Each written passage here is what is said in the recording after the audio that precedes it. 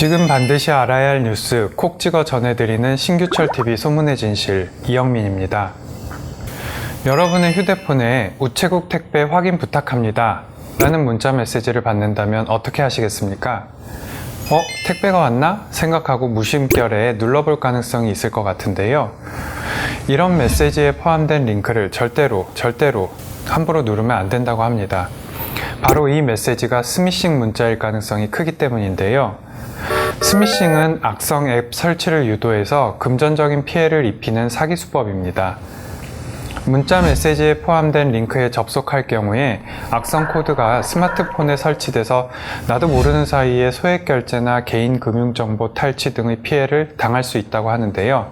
최근에는 우체국 택배뿐 아니라 무료 쿠폰 제공이나 모바일 청첩장 등 다양한 방식을 통해 스미싱 문자가 확산되고 있어서 각별히 주의하셔야겠습니다. 절대로 출처가 확인되지 않은 문자 메시지의 인터넷 주소를 클릭하지 않는 것이 제일 좋고요. 만약 실수로 접속했다면 출처를 알 수 없는 앱은 절대 설치하지 않아야 합니다. 혹시라도 피해가 발생했을 경우에는 즉시 금융기관 콜센터나 KISA 불법 스팸 대응센터에 신고하고 스마트폰에 공인인증서가 저장돼 있을 경우엔 사용할 수 없도록 폐기하는 것이 안전하겠습니다. 한순간의 클릭으로 스미싱 피해를 입을 수도 있다는 사실 꼭 명심하고 주의하세요. 12월에 접어들어 본격적인 추위가 시작되면서 질병관리본부에서는 한랭질환 발생에 철저히 대비하길 당부했는데요. 특히 초겨울에는 몸이 추위에 적응이 덜 돼 있기 때문에 약한 추위에도 한랭질환에 걸릴 위험이 크다고 합니다. 추위가 직접 원인이 돼 나타나는 한랭질환은 저체온증, 동상, 동창이 대표적인데요. 대수롭지 않게 여기다가 인명피해로 이어지는 경우도 있습니다. 지난 겨울이었던 2018년 12월 1일부터 2019년 2월 28일까지의 한랭 질환자 수는 404명이었고 이 중에 10명이 숨졌습니다.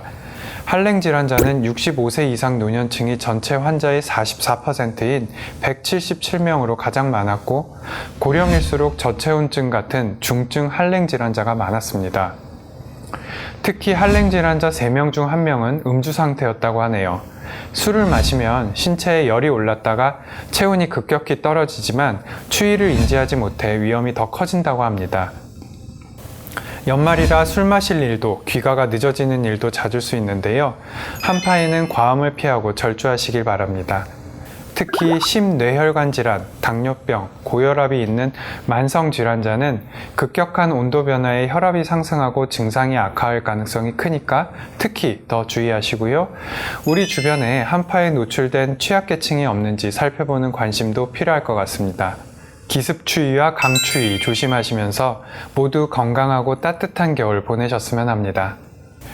태양광 발전 무료 설치, 태양광 무상 설치, 전기요금 걱정 끝.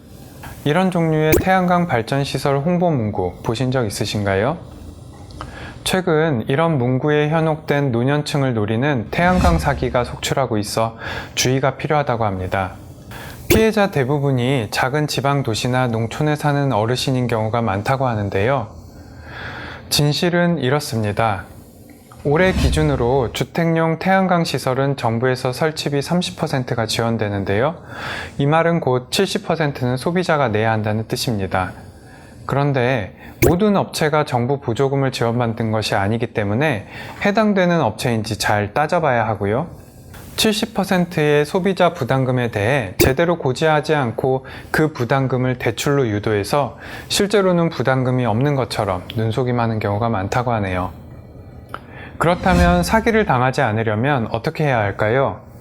한국에너지공단 신재생에너지센터 홈페이지에 정부의 태양광 보급 사업에 참여하는 업체의 소재지와 연락처, 보조금 지원 여부를 게시하고 있으니까 정보가 확실한지 확인해 보시고요. 계약서상에 정부 보조금과 금융대출이 포함되어 있는지 주의 깊게 봐야 합니다. 잘 모르고 계약해 피해를 봤다면 한국에너지공단 콜센터로 문의하세요. 세상에는 공짜가 없다는 사실 잊지 마시고 태양광 설비 설치할 때는 꼭 꼼꼼히 따져보세요. 운전면허를 반납하면 돈을 준다? 이런 소문 들어보셨나요? 바로 고령운전자 운전면허 반납 제도인데요. 최근 고령 운전자에 의한 사고가 점차 늘어나자 각 지자체에서 내놓은 제도입니다. 올해 이 제도에 참여하는 어르신들이 급격히 늘어났다고 하네요. 경찰청에 따르면 올해 1월부터 9월까지 운전면허를 자진 반납한 만 65세 이상 고령 운전자가 43,449명이라고 하는데요. 지난해 1월부터 12월까지 11,913명이 반납했던 거에 대비하면 365%나 증가한 수치라고 합니다. 고령 운전자 운전면허 반납 제도는 부산을 시작으로 현재 서울, 대구, 인천 등 40여 개 지자체에서 시행하고 있고 점차적으로 확대되고 있습니다. 운전면허를 반납하면 10만 원 상당의 현금이나 교통카드, 온누리 상품권, 지역 화폐 등을 지급한다고 하니까 안전도 챙기고 혜택도 받아보시면 좋을 것 같습니다. 연세가 있으시더라도 아직 운전하는데 문제가 없다는 어르신들도 계실 것 같은데요. 그런 분들은 차량에 실버 마크를 부착하면 어떨까요? 스티커 형태로 고령 운전자의 차량에 부착해서 주변 차량 운전자의 배려 운전을 유도하는 마크인데요. 실버 마크 스티커는 도로교통공단에서 고령 운전자 교통 안전교육을 이수하신 70세 이상 어르신을 대상으로 배포 중에 있습니다. 운전 선배님들의 자발적인 운전 졸업과 도로 위 운전자들의 양보와 배려 운전이 어우러진다면 조금 더 안전한 대한민국을 만들 수 있지 않을까요?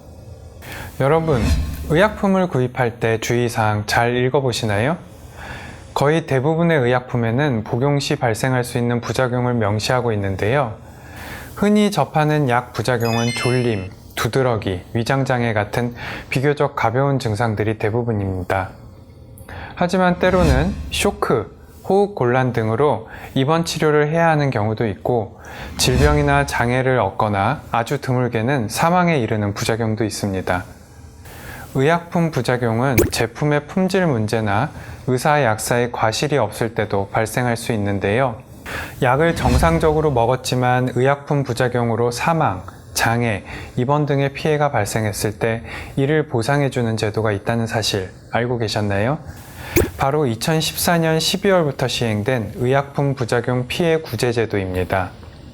이 제도를 통해서 피해 당사자가 개별 소송을 거치지 않고도 보상을 받을 수 있게 됐는데요. 의약품 부작용 피해를 입은 환자 및 유족에게 사망보상금, 장애보상금, 진료비 등의 피해 구제 급여를 지급하는 방식입니다. 피해 구제 신청은 한국의약품안전관리원 홈페이지를 통하거나 전화로 가능하다고 하네요. 올바른 의약품 복용이 무엇보다 우선이고요. 만약 예기치 않은 부작용이 발생했다면 신속하게 피해 구제 상담을 해보시기 바랍니다.